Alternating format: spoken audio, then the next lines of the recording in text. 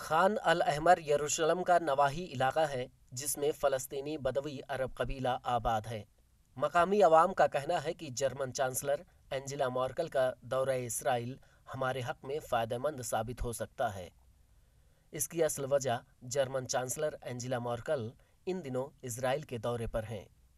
दरअसल इसराइल ताकत के जरिए इस कस्बे को खाली कराने के बाद यहूदियों को बसाना चाहता है, जबकि कस्बे के फ़लस्तीनी मकीन इसराइल के खिलाफ मुसलसल लड़ रहे हैं।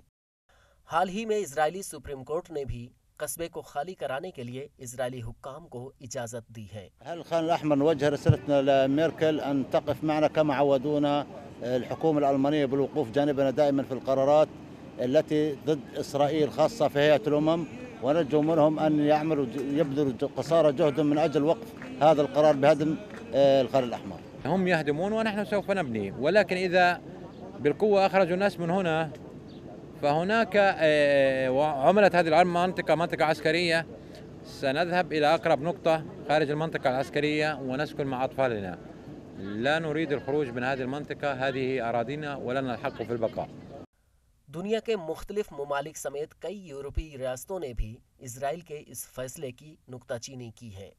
जर्मनी भी उन यूरोपीय ममालिक में से एक है जो इसराइल की यहूदी आबादकारी की पॉलिसी के खिलाफ है।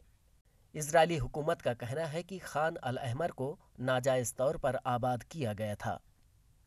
इलाके में रिहाइश पजीर बदवी कबीले ने उम्मीद जाहिर की है कि जर्मन चांसलर उनकी उम्मीदों पर खरी उतरेंगी।